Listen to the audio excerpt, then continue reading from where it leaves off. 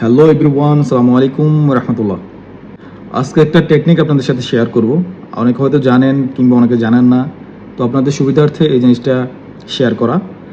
আমাদের অনেক সময় দেখা যায় আমাদের মিলিয়নস ভিউ ভিডিওতে ওই ভিডিওটা কপিরাইট এসে যায় কিংবা আপনার মিউজিক কপিরাইট চলে আসে, যার কারণে আপনার মিউজিক অনেক সময় মিউট হয়ে যায়।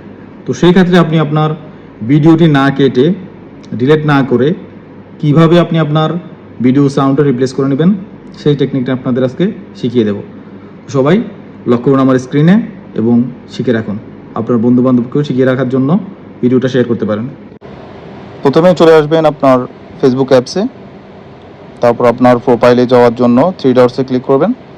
এরপর আপনার প্রোফাইলে ক্লিক করবেন। ক্লিক করার পর একটু স্ক্রল ডাউন করে নিচের দিকে যাবেন, এখানে ভিডিওতে ক্লিক করবেন। ক্লিক করার পর এখান থেকে নিডস রিভিউতে ক্লিক করবেন। ক্লিক করার পর এখানে একটু অপেক্ষা করবেন। আপনার যতগুলো ভিডিওতে কপিরাইট এসে ভিডিও মিউট হয়ে গেছে সেগুলো শো করবে এখানে। এখান থেকে আপনি আবার থ্রি ডটসে ক্লিক করবেন। থ্রি ডটসে যাওয়ার পর এখান থেকে রিপ্লেস অডিও, এখান থেকে কন্টিনিউ। এরপর এখানে এসে আপনার মন মতো যে কোনো একটা অডিও সিলেক্ট করে নিতে পারেন। সিলেক্ট করার পরে আপনি এখান থেকে আপডেটস অডিওতে ক্লিক করবেন।